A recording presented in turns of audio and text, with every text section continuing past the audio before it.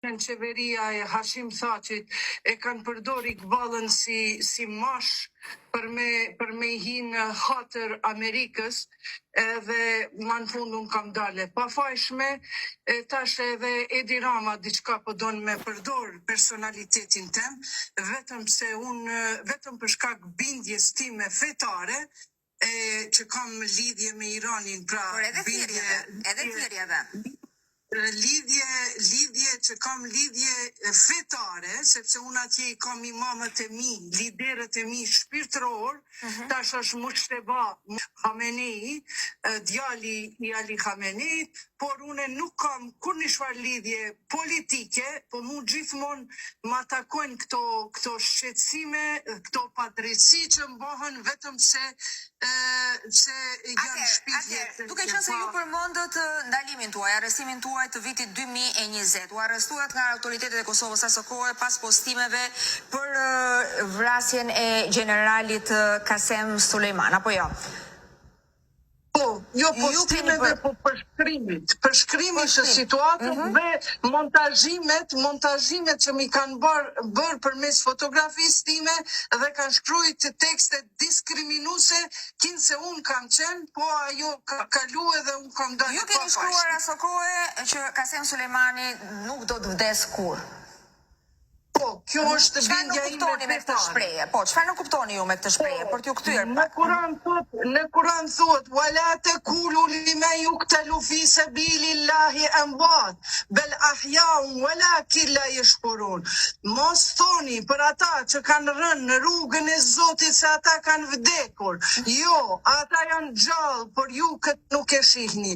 Për mua të gjithë dëshmorët si e të Kosovës, Adem Jashari, të Shqipërisë, çfarë nuk kuptoni ju të gjithë atyre që e shohin mbështetjen tuaj publike për figura siç është edhe Kasem Sulejmani, si të papajtueshme me vlerat e demokracisë dhe interesat e Shqipërisë, por edhe të Kosovës?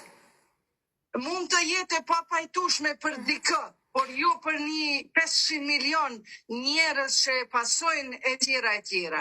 Prandaj çdo kush ka të drejtën e besimit, çdo kush ka të drejtën e shprehjes. Unë kam qenë në protest dhe nuk e kam thyer asnjë rregull të protestës, rregull as të ligjeve të Shqipërisë, sepse për të shprehur të merrit pjesë në protestë, zonja Uduti. Çdo ligj botëror e ka të lejuar, madje eurodeputetja tani do t'ju vijë Gjermane, ta shohin çfarë non grata do t'i jepni asaj, se mu Kosova më kanë dhënë emrin terroriste dhe ma kanë shkatruar familjen dhe jetën time, e tani nuk e kom prit të Shqipërisë që mu me një shqiptare që ka të drejtë.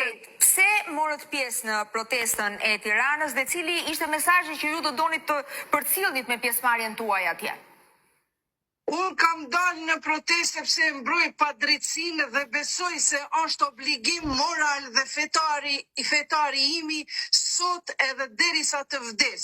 Dhe Shqipërinë nuk e shoh vend të huaj.